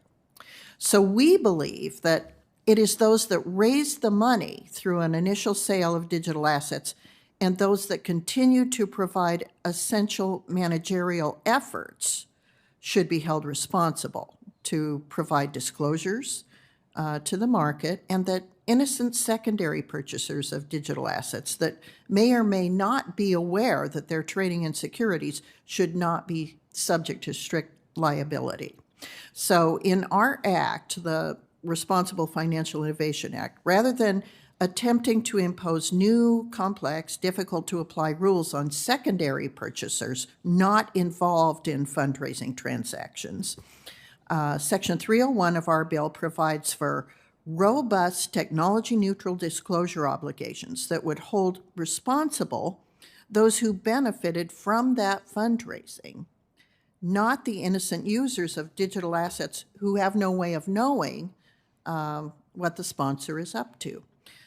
So my question is this: do you have any thoughts on the need for disclosures in the digital asset markets and Section 301 of our bill? So I thank you for the question. It was good to meet with you and Senator Gillibrand and discuss these as well. I think that the disclosure, as you say, is key. We even recently we're setting up a new industry office to help the disclosure in this field in our corporate finance area. I do think that as you say, the innocent purchaser, let's say the public does not have a disclosure obligation when they buy a stock on the New York Stock Exchange, and it's not the public that should have a disclosure obligation if they buy some crypto security token. But the entrepreneurs, the sponsor, the promoter, the entrepreneurs, that's where the disclosure obligation ought to be. And I think we have authorities now to facilitate and actually have a different set of disclosures, just as we have in other fields. We have different disclosures on something called asset-backed securities than we do for equities. But I do think where I might respectfully differ from, I think, what might be in the question is that I think in the secondary market, 5 years after a stock is issued, a stock of a great U.S. company is issued, there's still a disclosure obligation. And I think that's what Congress did. In 1933, passed a law saying you've got to make a disclosure if you raise money from the public, but the Congress knew that wasn't enough. And in 34, they came back and said, you know what, we also have to cover the secondary market in two ways. Cover the intermediaries, like the stock exchange and the broker-dealers, but also say that there's got to be what's known as periodic reporting, the annual report. Mm-hmm. And so, or maybe there's no difference here, but I think that the investor should not have an obligation. It's the intermediaries, and then it's the common enterprise or the folks in the middle. And are you thinking that disclosure option or obligation would be similar for initial coin offerings under our bill, or should be under our bill, similar disclosure options as were instituted in 1934. I think similar in kind, but probably there's some things, it might be a little bit different list. I mean, there might not be a board of directors and things like that. So I really do think your bill had a list. We might differ on that list. We might have other things to put on that list. But it's not necessarily, as you say, everything that a big multinational company is doing. Okay. Well, I want you to know that Senator Gillibrand and I want to continue to work with you and your staff to make sure that, to the extent that we don't philosophically disagree, that any of those sorts of gaps that you have identified in our bill can be addressed, because I don't see our bill having an avenue to come before this committee or the Congress before the end of the year. But we do intend to have it, to reintroduce it in January. And we want to make sure that between now and January, we've worked with you and your staff to make sure that we can address items that we can mutually agree need to be in the bill. I look forward to that, and particularly, as I said earlier, in ways that we can ensure we don't undermine the $100 trillion capital market, the definition of security, the definitions of other things that really are under this committee and stay under this committee. And we've talked about unintended consequences of our bill before with you. We want to address those unintended consequences. Obviously, you see things that maybe we don't because of your perspective. Mr. Chairman, thank you. Really appreciate your being here today, Mr. Chairman. Thank you, Senator. Senator Ossoff from Georgia is recognized. Thank you, Mr. Chairman. And Chairman Gensler, great to see you. Thanks for your service. Thank you for your testimony. Senator Ossoff, good to see you again. I have routinely asked you this question. I've also put this question periodically to Chair Powell and to Secretary Yellen. What do you see as the most significant threats to financial stability? Or to put it another way, what keeps you up at night? You don't want me to say my daughters. Okay. Look, I think in terms of we are living in uncertain times. I don't need to say this, but with the war in Eastern Europe and Ukraine, with central banks around the globe moving from accommodating to tightening, with the remaining, challenges, geopolitical challenges between great nations and also with COVID, and commodity prices. All of that in the mix. What I look at and think about is the relationship between the banking sector and the hedge fund sector and investors, the relationship between the banking sector and commodity traders. That's called a prime brokerage relationship, and those relationships I really do think a lot about. I think about resiliency in the market, and that's why we have about a dozen or 15 projects. In the Treasury market, what we're trying to do, in money market funds and open-end funds, shortening the settlement cycle and the like. I think that if we do our job well at the SEC, we'll build greater resiliency for the stresses that come in the future. And those stresses come because that's what an economy, we always have ups and downs in economies. So we have these longer-term projects, but near-term, it's these issues that I just raised. Let's talk a little bit about the Treasury market. You highlighted that in previous testimony. You issued proposed rulemaking in the last several days. Can you please break down into layperson's terms the nature of concern about illiquidity in Treasury markets and how the actions you're proposing to consider taking would address them? So I would say to the American public, it's a big market. It's a quarter of our entire capital markets, $24 trillion. You can think of it as the base. It's sort of the foundation of our financial house. Everything else is built upon the Treasury market. And what we've found is we've had real disruptions, call them jitters. I hate to say it in the House way. It's like there's some termites somewhere in the foundation every few years. We had them in the 1980s and 1990s, and we had them in the last 6 years. And it put some pressure on our central bank, the Federal Reserve, that sometimes then opens up and provides, using its balance sheet liquidity to the marketplace, sort of as a lender of last resort. I think that we can lower the risk in that marketplace by ensuring that all the dealers, the high-frequency trading dealers, are registered and regulated. Secondly, that where the trading happens, these are trading platforms, are regulated, and some of those aren't. And really importantly, getting the benefits of something that sounds boring, but it's called clearing. It's the back office, which lowers risk in the system. So those are the main things. We've worked really closely with Secretary Yellen and her team and Chair Powell and his team on those proposals. Do you think that the persistent concern about illiquidity in Treasury markets threatens the Fed's ability to execute open market operations in a crisis?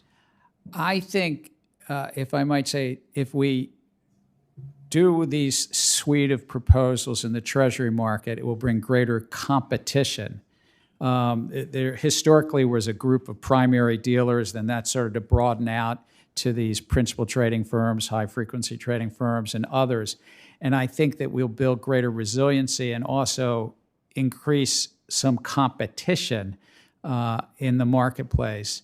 Okay, let's follow up on this, and I'll have my office get with yours. And I'd love to have a meeting. And with my brief remaining time, I want to ask about something of particular concern to Georgians. We have thriving military communities, base communities, veteran communities in Georgia. The SEC has, in the past and as recently as December of 2021, filed emergency action to shut down a multi-million-dollar Ponzi scheme that targeted retirement funds held by veterans. I'd like to ask for your commitment that under your leadership, the SEC will redouble and intensify its efforts to ensure that within your jurisdiction, you are identifying and cracking down on schemes that could defraud or harm America's veterans. You have that, and I would also say to all Georgians and veterans, if you see something, we have a tips complaint referral system. We have a whistleblower system. Please let us know. Let the SEC know. We're a little understaffed. I think we should have more staff, but let us know. We'll try to follow up and pursue those leads as people see them. We'll pass that along. Thank you, Senator Ossoff. Senator Hagerty from Tennessee is recognized. Thank you, Chairman Brown. Chair Gensler, I was reviewing your testimony last night, and I was struck by a term that you used as you described the nation's securities laws and regulations. You described them as the gold standard, and I don't believe that's true anymore. What we've seen here in America over the past 2 decades is the number of publicly listed companies decline by more than 40%. If you look at the U.S. share of global IPOs, we've shrunk to less than 20% in the past decade. Why is that? It's because every new regulatory requirement that you impose on public companies adds to the already crippling cost of operating as a public company. So the consequence of all these regulations is to encourage companies to stay private or to look abroad to do their IPO. You've rolled out 32 proposed rules in the past year, including your ESG disclosure rule, which will cost hundreds of millions of dollars a year in compliance cost and has created tremendous uncertainty in the marketplace. This will undoubtedly make matters worse. America had such a big lead in terms of having the world's best capital markets that have allowed business to succeed here and thrive. But it's been in spite of, not because of, this increasingly crushing red tape. More regulation is a recipe for the preeminence of American capital markets to die a slow death. If we continue down this path, there won't be any investors left to protect. American workers, American consumers, and retirees can't afford that. So, Chairman Gensler, under your tenure at the SEC, you've rolled out an unprecedented slate of aggressive rule proposals. Among the many troubling trends in your short term as chairman has been an expansion of the SEC's purview into sophisticated markets under the guise of, quote, consumer protection. Because not all markets are accessible to retail investors, the SEC has traditionally adopted differentiated levels of paternalism depending on the given market.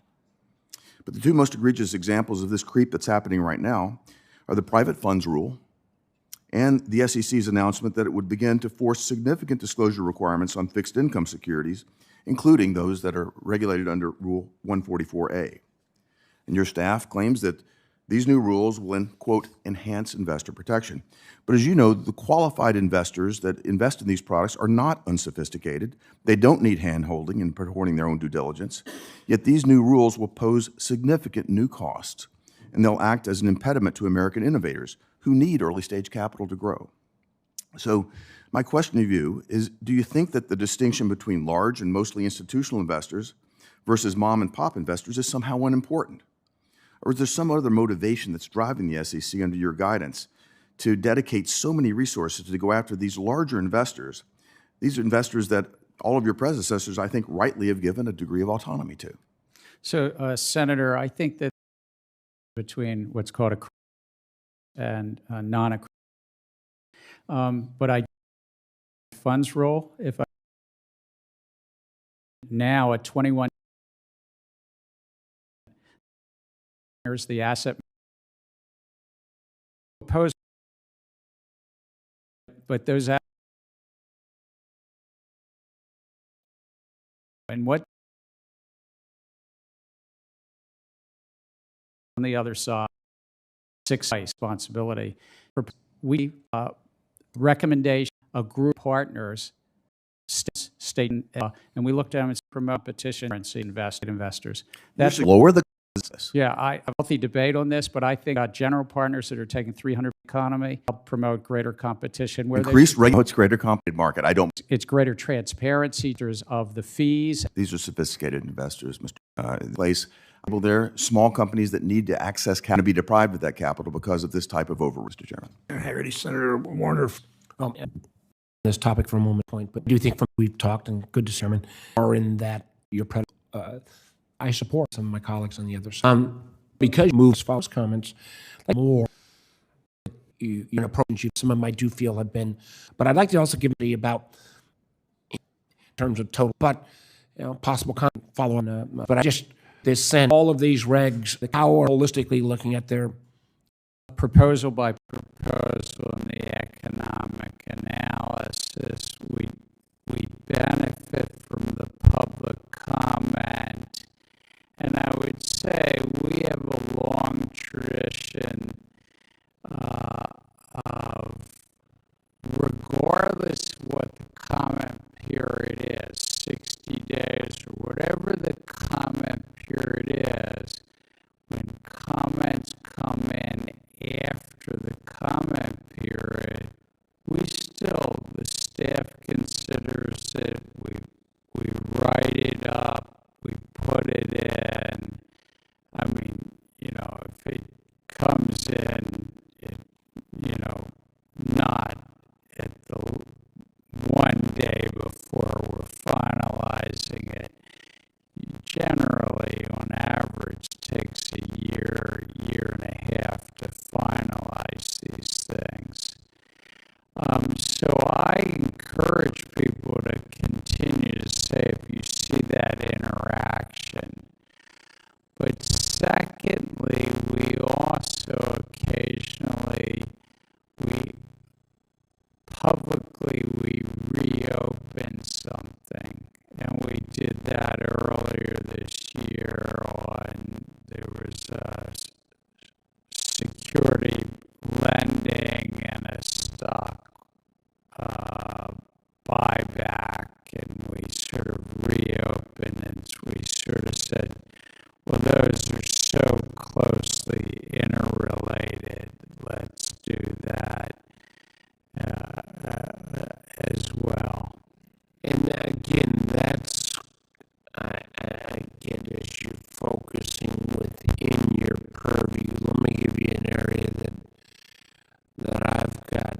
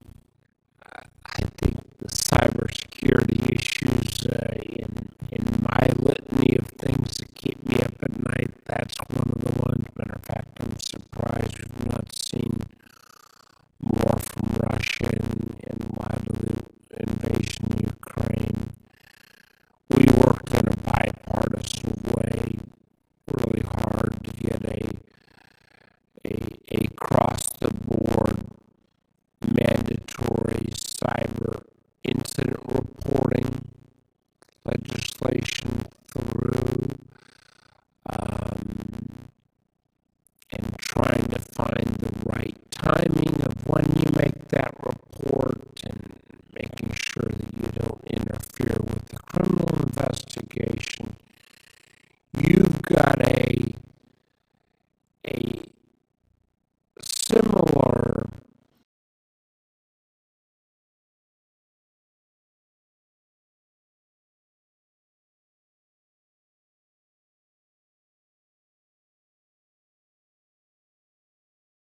cyber incidents fall into materiality. But take a few minutes, because I wanted to get to one other quick question after this. Take a moment or two and tell me how you do that potential interaction between something that's outside your purview, this DHS CISA requirement, versus your SEC cybersecurity requirement. It's a very good question, because the securities laws are about those investors understanding a material risk and a material events. And so we put out a proposal, as you said, about corporate public companies making cyber disclosure, how they manage cyber risk, and when they have a material incident. It's got to be a material incident, and then report that within 4 days. We've also been in conversation directly with the Department of Justice and with the Department of Homeland Security's, you know, the particular leadership there, and had really good conversations. We included one important question in that proposal about national security, and we could tell you about, you know, it would take more than the 50 seconds later to tell you about that, but, and working with the Department of Justice on that. Well, the more you can, I think, spell out, maybe not just here, but how the process of this intersection between, you know, an agenda, again, that I generally support, I think would make sense. And you know, and to show that, I want to use my last 30 seconds to touch on a topic that I've, you know, candidly, your predecessor, Jay Clayton, started down this path, and you and I have talked about a lot before, and actually encourage more action, and that's in human capital reporting. I think we've discussed many times, I think many of my colleagues have heard me go through this litany about how assets on a balance sheet have changed dramatically from you know, tangible assets to intangible. A lot of that's human capital. Chair Brown and I have some disclosure legislation on this. I've been a big advocate of a human capital R&D tax credit. Talk to me a little bit about how you think moving forward, because I do believe human capital investment is extraordinarily material for all these companies that say their workforce is their most important asset. Speak to that, if you can. So you're right. Chair Clayton did put out a rule. We've now have 2 years of the following of that rule around human capital. We're looking at those first 2 years and seeing what worked, what didn't work, and everything. But I know this from my days when I was on Wall Street. When you bought or sold a company, there were those 2 or 3 key pages with the key statistics about the workforce, you know, turnover rates, what they got paid, what were the benefits, et cetera, what's the training like, are they unionized? I mean, these were the key things when you buy and sell a company. And so why shouldn't the public shareholders also get that similar information? And you had wrote recently about a letter that I think a number of former SEC commissioners, from Joe Grunfest to Rob Jackson and others, wrote, and we're taking a look at that letter as well. Well, I'd encourage and look forward to working with you on that. Thank you, Mr. Chairman. Thank you, Senator from Virginia. Senator Daines from Montana. Chairman, thank you. Good to see you again, Senator.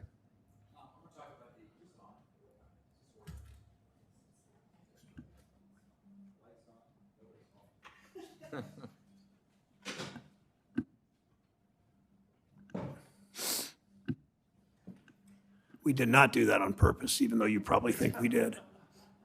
I hope not. I would never assume that, Mr. Chairman. Thank you, Senator Daines. All right. Chairman Gensler, I want to cut right to the chase here. I know some of my colleagues have already talked about the proposed climate disclosure rule.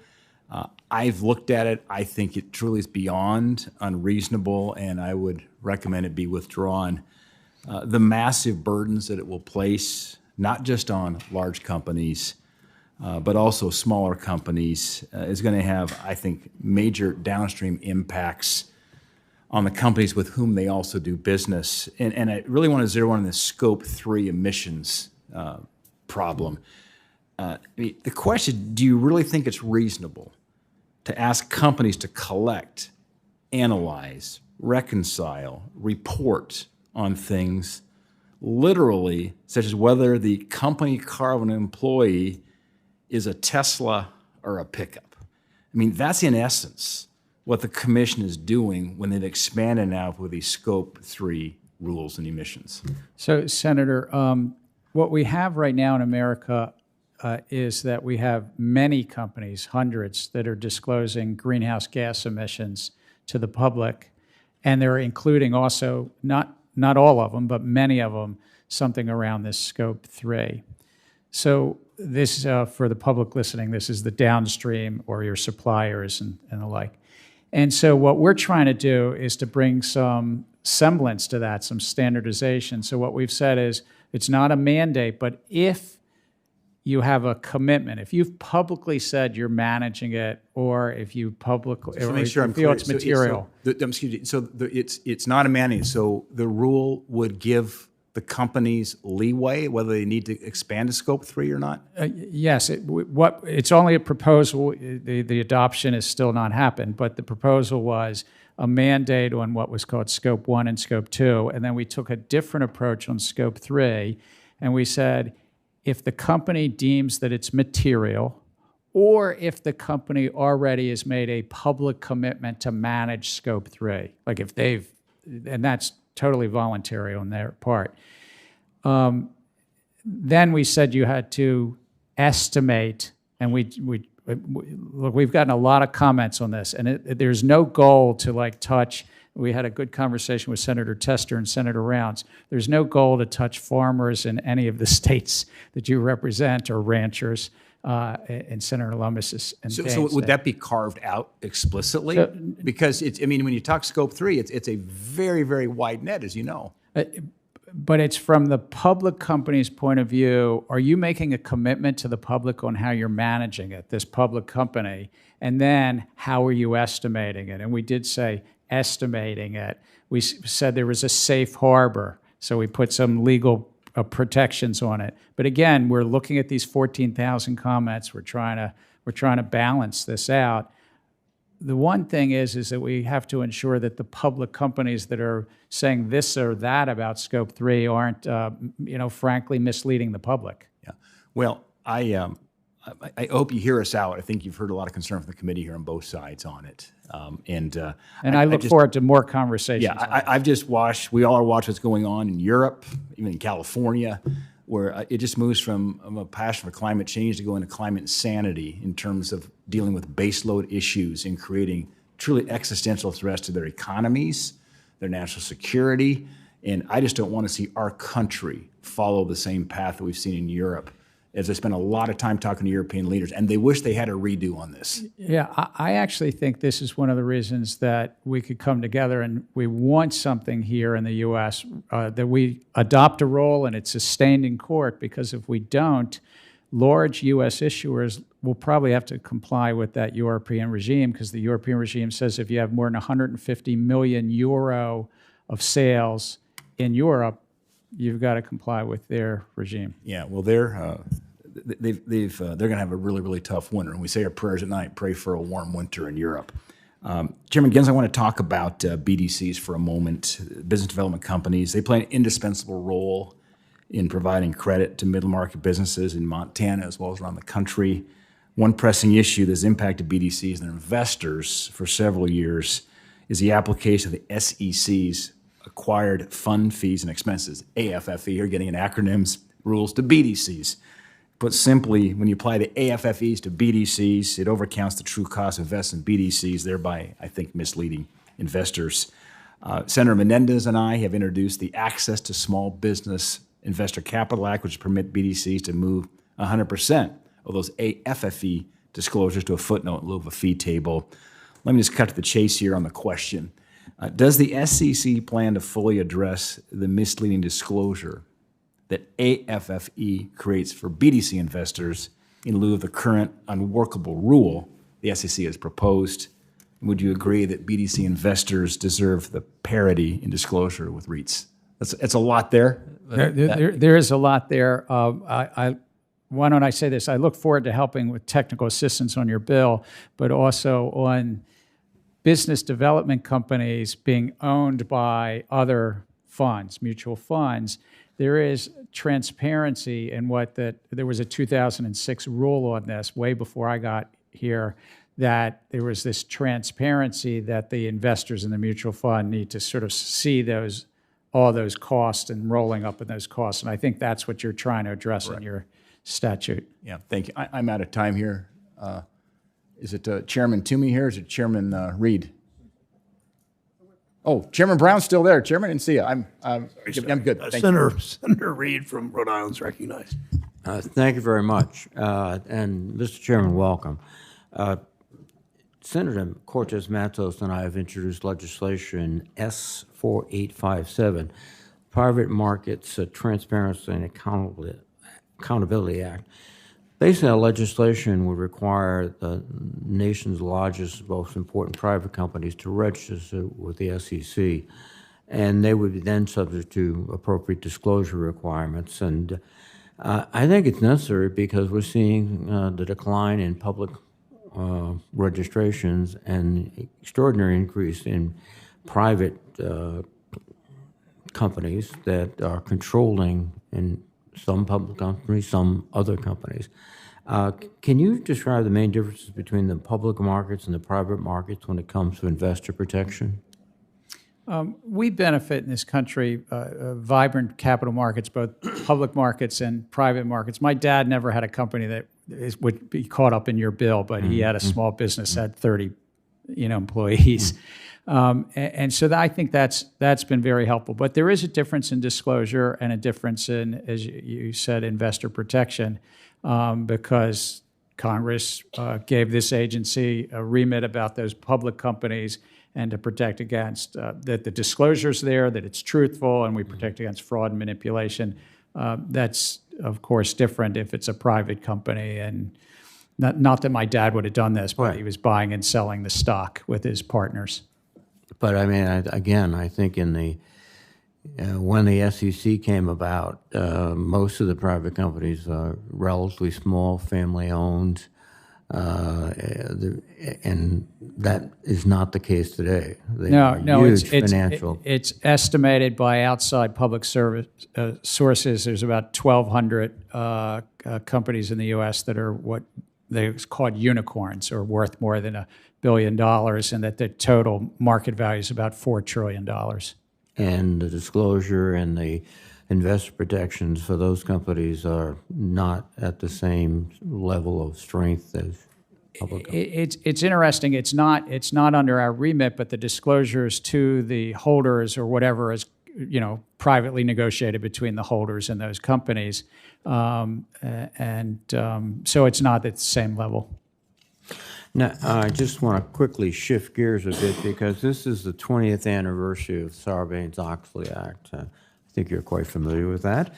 And it was a response to the scandals of Enron and WorldCom, and demonstrated why investors need gatekeepers in our financial markets, especially accountants. But one concerning trend is that the big four accounting firms provide also lucrative consulting services to public companies that they're also responsible for auditing. So what steps is the SEC taking to ensure that auditors prioritize independence over seeking non-audit revenue? Yeah, I thank you, because I was sitting in the seats behind the chair and ranking member when it was Senator Graham and Senator Sarbanes sitting there. I was over there. And you were over here.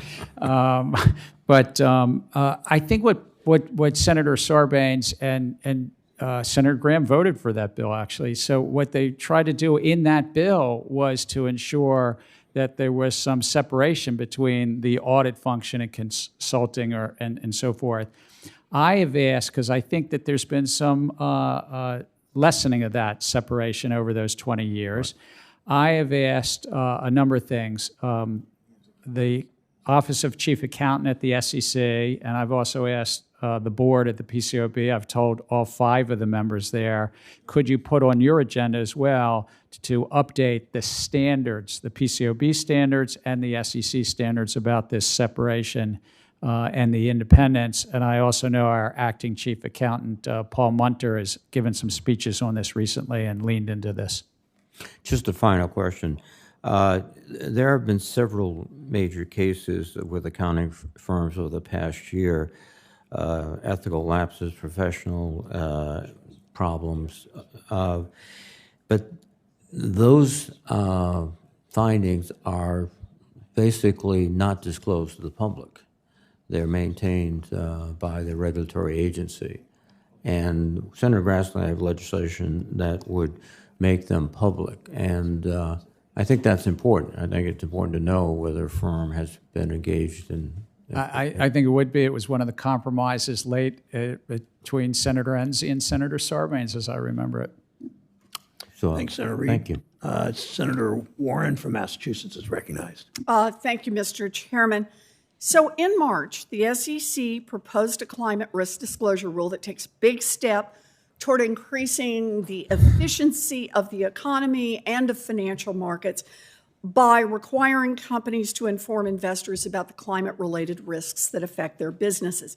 Now, as part of this rule, the SEC proposes that companies disclose their greenhouse gas emissions. And a company's emissions are classified into 3 different categories called scopes. So, Chair Gensler, just so we can set a baseline here, let's run through an example. Let's say I'm Exxon.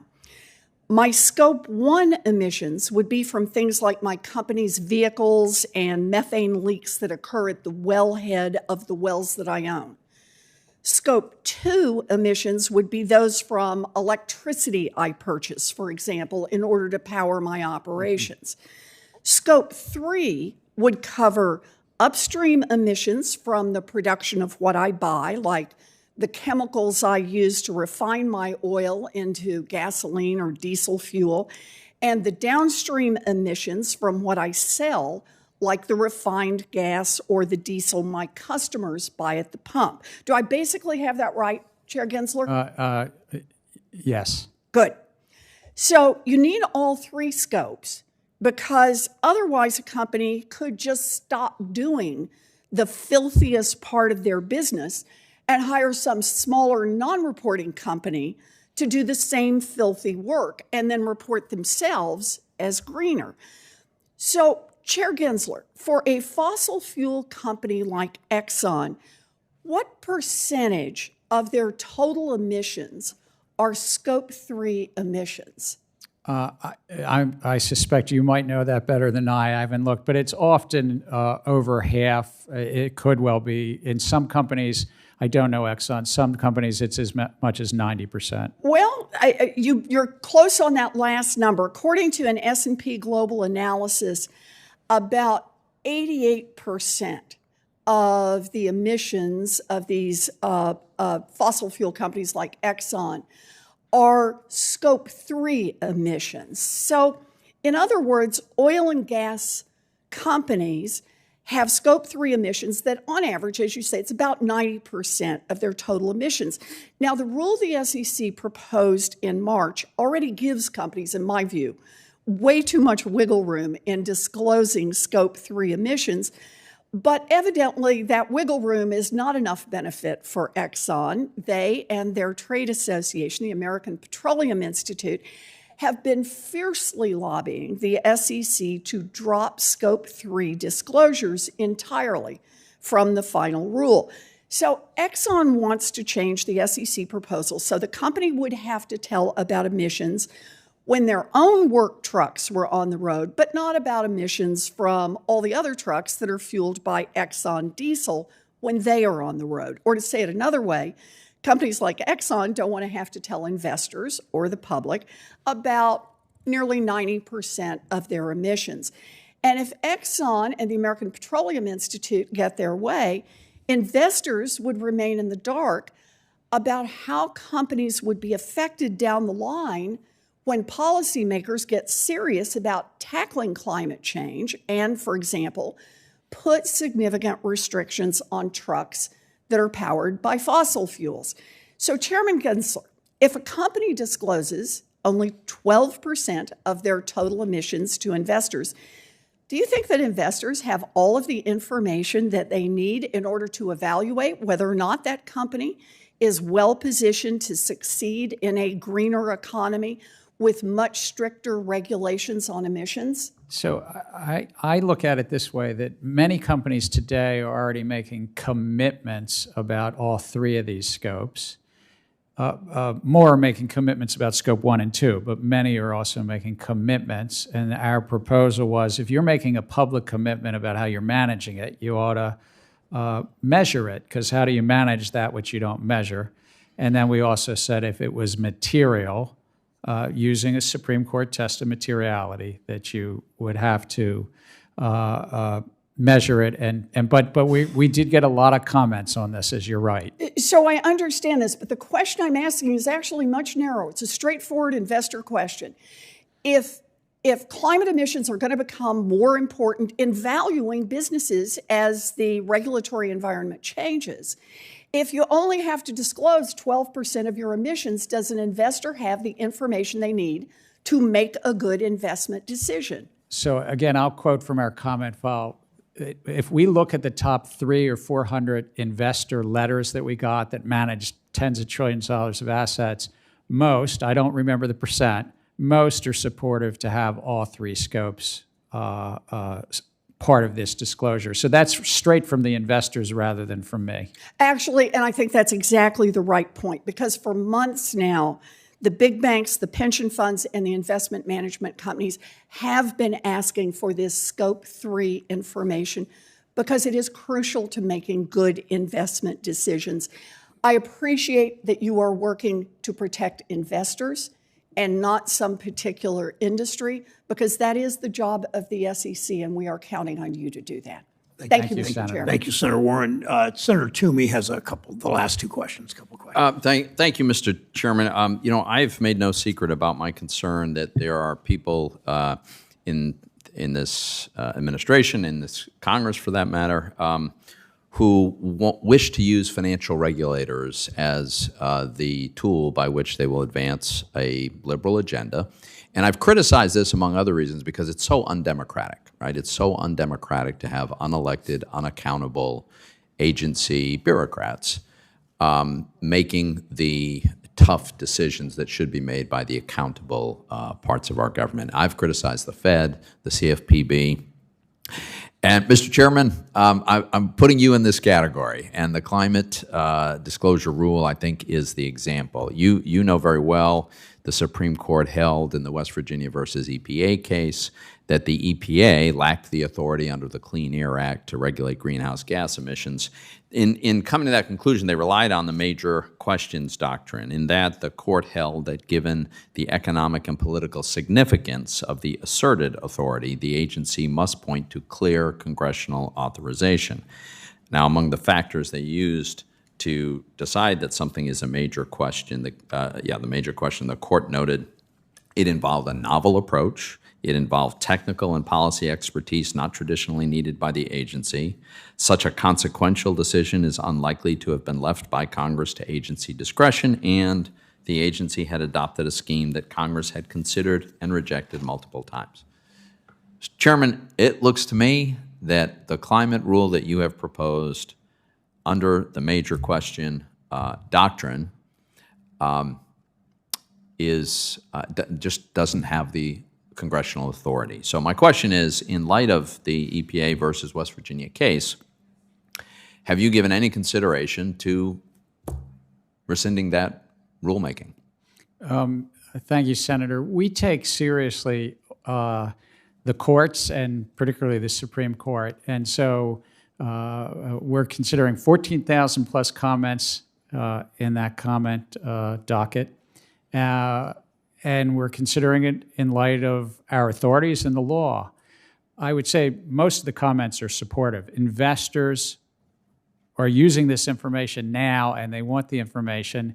And I think it does fit into our 80 or 90-year history of how we do disclosures, that the disclosures are already being made. And so what I just want to finish on is, I think we have a role to ensure that there's not only investor protection, but as the law said, fair dealing, that the actual disclosures are not misleading and the like.